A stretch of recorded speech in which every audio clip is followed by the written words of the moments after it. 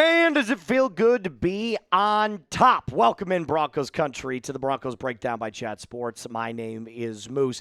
And coming up on today's episode, I'm going to give you an updated playoff picture scenario surrounding your Denver Broncos. But at first, I wanted to start by saying this. In 2025, we tied our franchise record for wins at 14. We clinched the number one overall seed, and we had the tied for the most home wins in a regular season. It's just about as good as it could possibly get. And now that we are the number one seed in the AFC, it is time to prepare. It is time to lock in. It is time to start taking your game planning very seriously because the best of the best competition from here on forward. I do believe the Broncos can compete with the very best teams in the AFC and the NFL because they are one of the best teams in the AFC and the NFL. Before we continue on with what it's going to look like from a playoff bracket perspective, thank you, fans, for helping us get over 200 new subscribers against the Los Angeles Chargers, bringing our total up to 53,056 at the time of this recording. If you want nonstop Denver Broncos playoff coverage, you know what to do. Hit that subscribe button and like today's video. Let's start with the playoff bracket as a whole. Obviously, on the right-hand side, you can see the NFC. But the AFC currently looks like this. Houston Texans taking on the Pittsburgh Steelers. The Jaguars will host the Buffalo Bills, and the New England Patriots will face off with our division rival in the Los Angeles Chargers. Now, I'm sure you're wondering, who are the potential teams the Denver Broncos could play? It only comes down to these four teams: the Pittsburgh Steelers, the Houston Texans, the Buffalo Bills, and the LA Chargers. We will face one of these four teams in the divisional round. You will not be able to play the Patriots. You will not be able to play the Jacksonville Jaguars. But how it specifically works is after the bye week, the Denver Broncos will play the lowest possible seed out of those four teams. So, for example, if the LA Chargers were to beat the New England Patriots, which would be hilarious, by the way, shout out to producer Alper, Boo Alper, on the ones and twos, then we would play the LA Chargers because they're the lowest possible seed. If the Buffalo Bills were to beat the Jacksonville Jaguars, we would play the Buffalo Bills. Does that make sense? So the lowest possible seed are the teams that we would play, which means the most likely scenarios, in my opinion, are as follows. The Broncos would play the Bills, the Broncos would play the Chargers, or the Broncos would play the Houston Texans. The only way the Denver Broncos would take on the Pittsburgh Steelers is if the Jaguars won and the Patriots won and they beat the Houston Texans. I know there's a lot of different scenarios going back and forth, but I do believe these are the three most likely scenarios that Denver would end up hosting in their divisional round.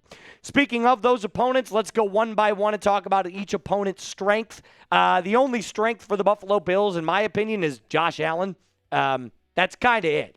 I mean, James Cook is a really good running back. He led the league this year in rushing yards, but let's be completely honest. I don't think anybody is afraid of James Cook. Everybody, at some point in their career, has faced off with Josh Allen and faced his wrath. So he is their biggest strength. The LA Chargers, who we just faced off with yesterday, their strength is coaching and quarterback play. I don't think Justin Herbert is as talented or as good as Josh Allen, but he certainly is one of the NFL's best. Plus, Jim Harbaugh is a far better coach than Sean McDermott up there in Buffalo. And the Houston Texans, offensively, they're not that great either, but they do have a top-notch defense. They kind of closely and most adequately resemble that of what we've seen from the Denver Broncos this year so far. All of that to say this, though. Bring them all on. There's only one number one seed right now in the AFC, and that's the Denver Broncos. Mile high, the playoffs run through.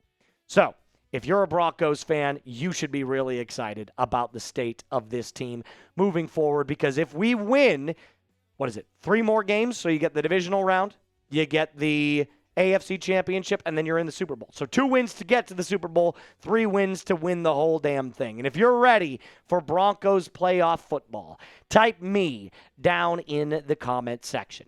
If you're a real one, if you've been here since day one, or if you're new, or you've been here since 10,000, 20,000, 30,000, doesn't matter. Type me down in the comment section down below. Coming up next, we're going to break down Vance Joseph getting interview requests. This came out this morning. A couple of teams that have already found some interest, with one team actually putting in their formal request to go and actually interview Vance Joseph. Before we do that, I have to tell you about my friends over at Rocket Money. I cannot tell you how many hours I was spending every single month on managing my unwanted subscriptions. It was countless hours and it was countless money. And now I can use that time and that cash to take my wife out to dinner or to spend it on some of my friends. And this is where Rocket Money comes into play, my friends. I also had a food app, by the way, that I just recently found out I was paying for from like 2023 that I had no idea was even in existence. And Rocket Money is that personal finance app that helps you find and cancel your unwanted subscriptions, monitors your spending, and helps lower your bills so you can grow your savings. Their dashboard lays out your total financial picture, including bill due dates and paydays, in a way that is easy to digest. You can even automatically create custom budgets based off of your past spending. They are super user-friendly, and they continuously save me and their users money every single month. Over $2.5 billion saved, including over $880 million in canceled subscriptions alone.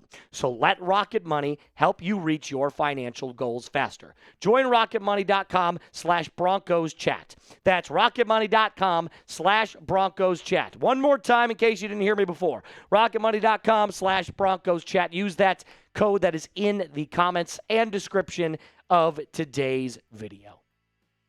So let's go on to Vance Joseph, because he has officially been getting interview requests from opposing teams in the NFL. One most notably reported this morning by Adam Schefter, who came out and said, the Tennessee Titans have officially requested the interview for Vance Joseph.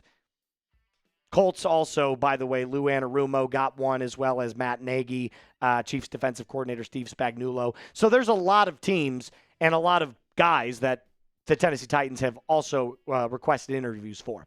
Here's the important thing that you need to know. The Broncos and Vance Joseph can deny any sort of interview that they don't see as a fitting role for Vance Joseph. So he doesn't have to interview with Tennessee. My guess is he will, out of doing his due diligence and just getting back out into the process, even if he looks at it and says, I'm not intending to take any job with the Tennessee Titans. I just want to get back into the swing of actually interviewing. That would probably be what he would do. But I don't think that Vance Joseph is going to leave for just any specific job. I mean, you would not leave the Denver Broncos, the number 1 seed in the AFC, for the Tennessee Titans, who are scraping the bottom of the barrel. I mean, what do the Tennessee Titans have besides Cam Ward and Jeffrey Simmons? Dog water. Everything else sucks. They've got no weapons. They've got no secondary. You would have to completely rebuild that entire organization. And if you're Vance Joseph, you're probably thinking, I would need at least 4 years guaranteed in this job to build up the defense that I wanted to build up. So no, I don't think he's going to go and take on any role with the Tennessee Titans. Vance Joseph would only leave for a job that had an established defense, an established quarterback, or an established at least offensive roster. Because let's be honest, even though a lot of people believe that the talent around Vance Joseph is carrying him, Vance has done an excellent job since he's become the Denver Broncos defensive coordinator with the right pieces around him. This year alone, just 2025, number 1 in sacks with 68, number 2 in yards allowed per game at 278.2, Number 3 in points per game allowed at 18.3. Number 7 in passing yards per game allowed at 187.2. And number 2 in rushing yards per game at 91.1. So, no, Vance Joseph's not just going to take any job. His resume and his numbers and his statistical prowess speaks for itself. And also, can we just focus on winning the Super Bowl first? Kellen Moore did an excellent job of this last year when he took the Saints job. If you remember back in 2024, Kellen Moore was the offensive coordinator for the Philadelphia Eagles. And throughout the entirety of the playoffs, he was like, I'm focused on this. I'm focused on this. I'm focused on the team. I'm focused on the Eagles. And then finally, after they won the Super Bowl, it was, okay, now I'm going to go try my hand with my own NFL franchise and own NFL team in the New Orleans Saints, which is where he's currently the head coach. So let's focus on winning the Super Bowl first. Final thoughts. I am not convinced that the Broncos unleashed any sort of game plan yesterday. I know there's a lot of fans that were super concerned, calling our offense hard to watch. Tons of fans that were saying they were super scared. But I'm going to be completely honest with you. If you saw the way that Sean called that game, what did we call, 8 or 9 different screen passes? You could clearly see they're not showing their hand to anybody, specifically against the LA Chargers, who they very well could play in that divisional round. We're getting healthy right now, and we are ready for the divisional round. That is the goal. The players have the week off this week, and then next week, they're getting back into the swing of things, although they are going to be watching film on their own, working out on their own, and just kind of getting their bodies and minds right for the upcoming prep for the playoffs. Later today, by the way, this is not the only Broncos video you're going to get today. We're going to talk about some injury updates. So in case you were like, what's the injury update around Garrett Bowles and PJ Locke? Trust me, I've got you. Alex Forsythe as well. We're also going to talk about signing Justin Simmons because of the injury to PJ Locke. I think you need to call him today. Like, literally get on the phone with him today. Also, if you want the latest updates, if you want every single time that we post any breaking news surrounding the Denver Broncos, make sure you click that bell icon because we will either go live or get a video out to you as soon as possible. That's all I got for you on this first edition of Broncos Breakdown by Chat Sports. My name is Moose, and if you are brand new here, this is how I end every show. A mile-high salute to you. Be cool.